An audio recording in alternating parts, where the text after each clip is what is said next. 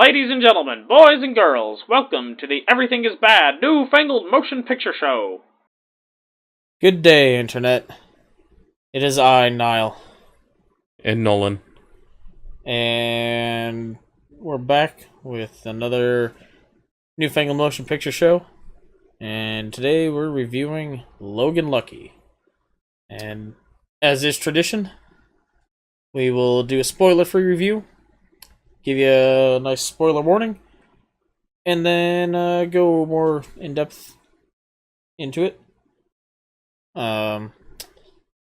So I guess let's just dive right into it. It's a fun movie. Yeah, it was. I enjoyed it. Yep. Channing Tatum should be in more things. Yep. He's pretty decent actor. He's a good comic ability. Yeah. Well, we knew from 21 Jump Street that he's game for anything. Right. But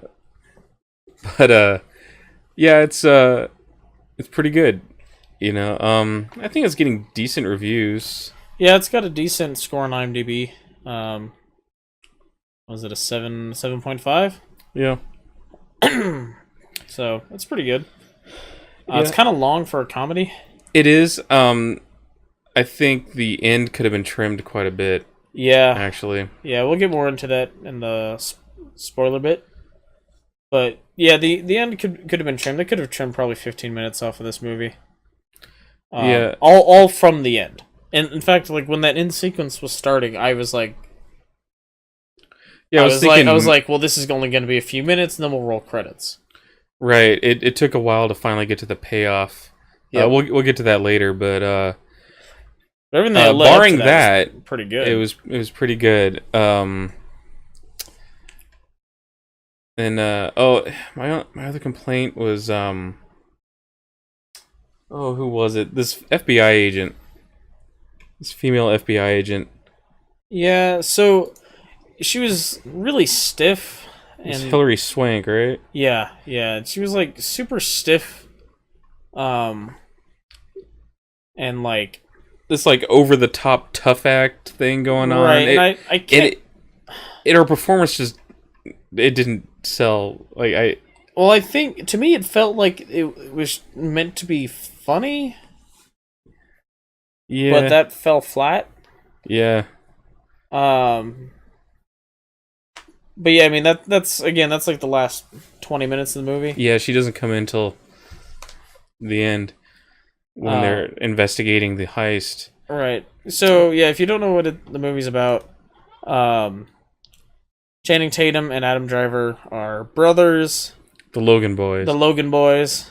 And they're trying to rob a speedway during a race weekend. All the cash that goes from the concession stands through these pneumatic tubes, like at the bank, to the deposit vault. And so they're trying to steal all that cash. Yep, pretty basic. Yep, and I mean it's the heist plan is a super like Danny Ocean, Lupin the Third deal. Yeah, it's like it's as complex as any heist. Even more complex than quite a few, actually.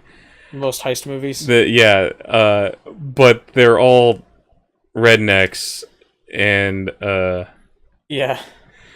What's kind of cool is a lot of like little things earlier in the movie pay off later in the movie. One thing that though is there's that one guy who claims to be a computers expert. Yeah. I don't think that ever came into play. Do you recall that? Now that you mention, no, I don't remember that ever being a thing. No, but there's a lot of like little things here and there that they bring up that pay off later. Right, especially at the very end. Yeah, or during the heist, like this woman who's in their sister is a hairdresser, and so one of her clients is talking about just how great this color purple is, or she loves some sports team because of the purple that they use or something. And then you see her later driving this purple car and this purple dress and purple hat. And it's all part of the heist, but it was just kind of the way it tied in. You're like, oh, I know what that is. Yeah. And I gotta say, I think so. In movies and stuff, a lot of the time, I think it's difficult for people who are not siblings, and in particular brothers themselves, to understand the relationship between brothers. Mm-hmm. And so it doesn't feel natural to people who are brothers. And we have 2 sets of brothers in this.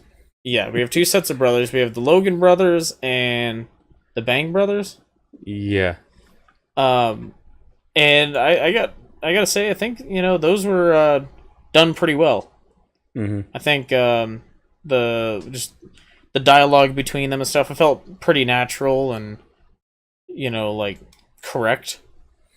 Yeah, a lot of times in movies you just see these siblings that just are always at each other's throats.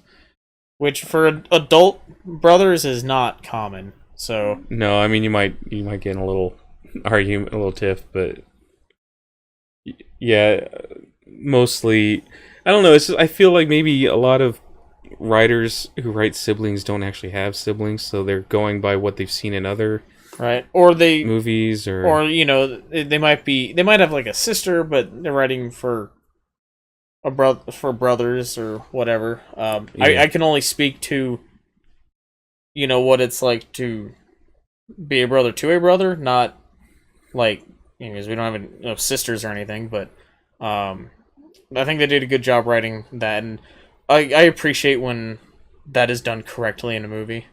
Yeah.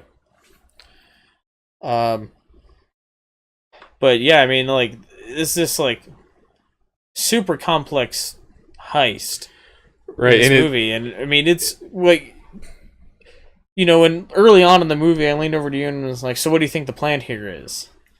And it was like the plan just kept going. Right, and it was these, and they would be doing something. It's like, why is this? Like, there's this thing with these cockroaches. I won't spoil that, but oh yeah, we're like, what? And then when they actually utilize it, we're like, oh, that's brilliant. Yep. It's and even then, like, once you see them come into play, it took us a second to realize what was actually happening. Yeah, there's a lot of really creative planning that went into this heist, and it's funny because these characters are, I mean, they're a bunch of rednecks, but they're not dumb. They're just not educated. Right. So and they're kind of simple, but not simple-minded. Right. And what you see, like how everything progresses, and you realize what a brilliant plan this whole thing is. Yeah, especially the very, very end. Right.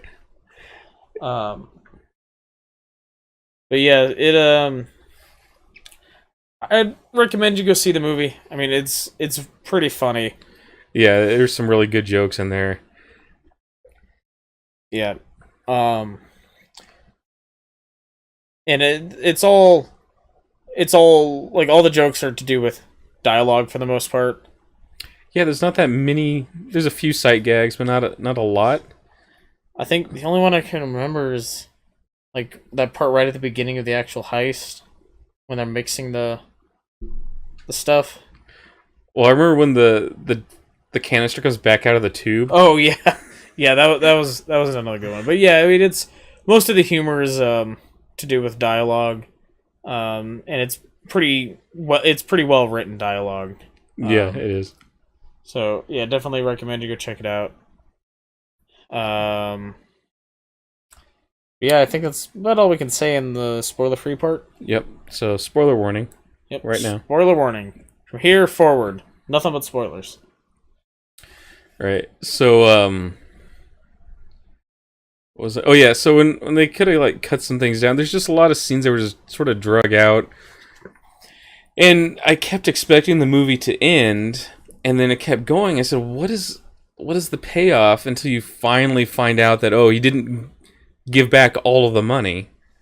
Right. But this is slow roll build up to finding that out, and it's kind of, the pacing of that whole section is kind of slow. I think they could have trimmed that Because, once the heist happened, you're ready for the movie to be over. Right. And it wasn't. It still kept going for a while. Well, yeah, because they had to build up to this payoff of that he didn't give back all the money. Right. Because there was no way of them to know how much money was actually taken. Right. Because they counted afterwards. Yeah, so they give it back. Well, I mean, part of that was they would normally count it before depositing the money into the tube, but they had shut down all the credit card machines, so everyone has to pay cash. So they're getting so much cash in that it would have just tied everything up. But they were doing this. All the concessions workers were told it'll get counted afterwards. Just make the drops. Right. So yeah, and that was one of those things that had a long-term payoff. Right. At first we figured, well, it just means they're able to get more money that way. Right. We didn't realize it was because... at the very, very end, when the person in charge of the racetrack tells those FBI agents just to drop the case because... Insurance covered the loss of the money. Yeah. But they had no way of knowing how much was actually lost. Yeah, and in case you don't know, their plan revolved around sucking the money through the pneumatic system, because the money is all deposited through a pneumatic system to a vault, and they were sucking it out with a vacuum. Right. One of the best gags that really made like a whole theater laugh was when can't remember his name, Daniel Craig, who's their demolitions guy. He's he makes this explosive out of bleach and gummy bears and fake salt, and they're like looking at him like, huh? Because they're expecting like, and he's like, "Would you expect me to use a stick of dynamite?" They're like, yeah. And he's like trying to explain it to him, and then it just smash cuts to he had taken a piece of chalk and written this formula out on the wall. Yeah, explaining how this everything works. He's got this chemical formula written out on the wall of this piece of chalk. Yeah, it was just a smash cut to that. Yeah, that was really amusing.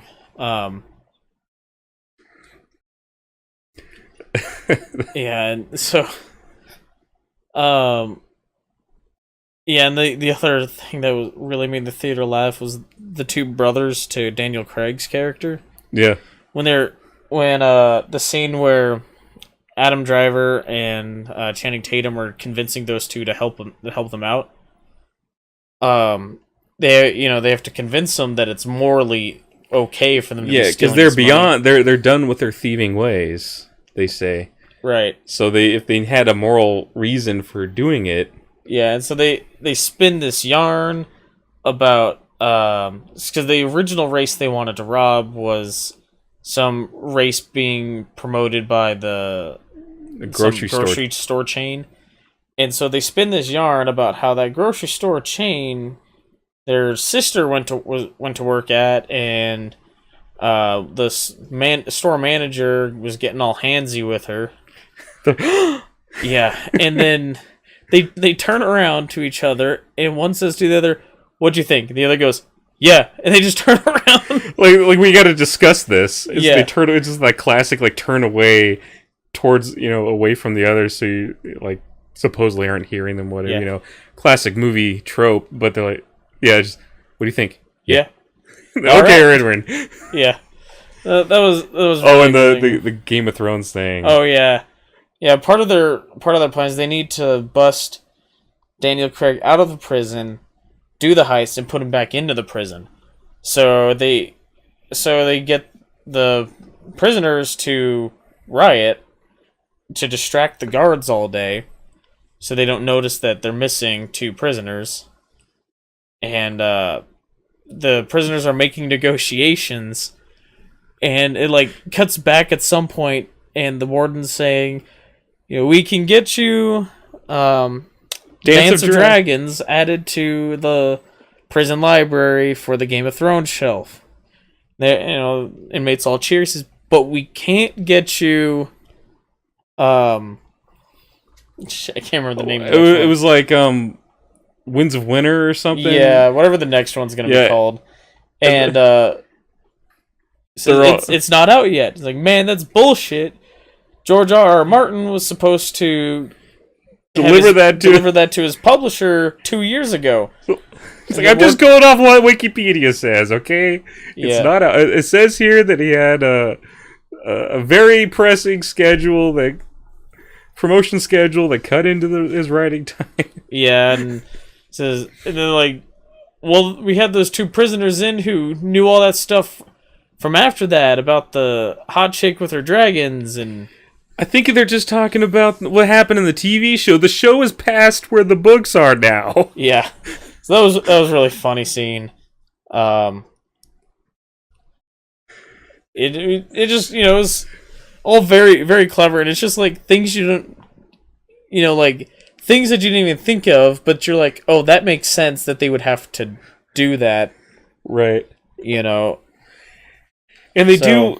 You see this whole thing go through, and then at the end, when you realize that Channing Tatum they stole more money than we originally thought, and then he didn't give as much back as we originally thought, and they do this run through of like, here's how it happened from a different angle or whatever, and so you see these things that we were unaware of as an audience that went on, that boosted his side of the plan, so he got away with more money than the Bang brothers. Yeah, more than they thought, anyway. Yeah. I mean, the Daniel Craig got paid off ultimately. Mm-hmm. So it's like he gets his money, then there's all this other money being delivered to the other people who they had to wrong some people in order to pull off their plan. Yeah, and so they gave them money to... Yeah, they crash a car into some poor bank worker, or not bank worker, but like just some poor workers. Someone who worked in the vault at the racetrack. Yeah, just had to like drive, hit and run her car to get her out of there. Yeah, right. And so they, like she ends up with some money, and and so it shows all that at the end. You're just like, well, okay, so I guess he kept some of the money, and then it's revealed that no, he kept a lot of the money. Yeah. So, but yeah, I mean, it's definitely recommend you go see it if you haven't already. Yeah, it's a really fun movie. It's one of the better comedies I've seen in a while. Yeah. I think Central Intelligence is probably the last movie I really laughed at a lot. Yeah. But man, there was a ton of previews for this movie. Yeah, there were a lot. I would like to point out that at the theater we went to see this at, both Wonder Woman and Baby Driver are still playing in that theater, but Emoji Movie is not. Yeah. Niall's War on Emoji Movie. Oh, there were no guns in this movie for you to talk about. Nope, that's fine. It's the first movie in a while. Yeah. American movies, therefore guns. I mean, what can I say? So, what's our next movie? I don't know. Let's find out. Coming soon, according to IMDb.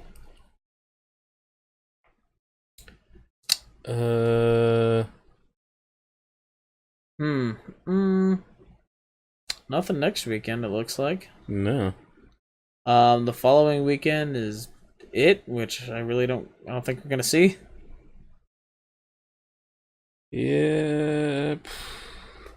Wow. There's nothing for a while. What the heck, man? I don't know, we're gonna see American Assassin? That movie looks bad. You think so? We'll see. It looks like we're gonna have to go like 2 weeks without seeing anything, though. Yeah. Even if we do see that. Because the next thing we're real excited about is Kingsman. Yep. Are we gonna see that Lego movie? Oh, God. Ninjago? Like, I give I don't care about Ninjago at all, but the previews of that movie made me laugh. Yeah, I mean, the only reason I would tentatively say yes is because Lego Movie and Lego Batman were really amusing. Yeah. But yeah, that Kingsman is the next movie that we're real excited about, and that's not till the 22nd of September. Yeah. Oh man. So I don't know, it might be a little bit before you get another newfangled motion picture show. Then we'll just have to make this one the best one ever. That's up to editing. We'll fix it in post. Yep. We got American Made is the week after that. That's that Tom Cruise movie. Yeah, that was good. Flying stuff down to Contra. Yeah, Blade Runner. Oh yeah, and then apparently the same weekend as Blade Runner is the My Little Pony movie. We're not seeing that, but we did notice on the poster at the movie theater, because there was a poster directly across from the screen room we were in, that none of the voice actors... Yeah, none of the voice actors from the show are in the movie. So... It's all new cast, and I would be so pissed if I was one of those actors. Yep. Oh, man. Yeah. Alright, so anyway, ready to sign off? Yeah, so I think this week we already mentioned we're not going to be able to stream again. We're streaming over on Twitch as time allows, though. So might, I guess, see you in a couple or 3 weeks. Toodaloo. Bye.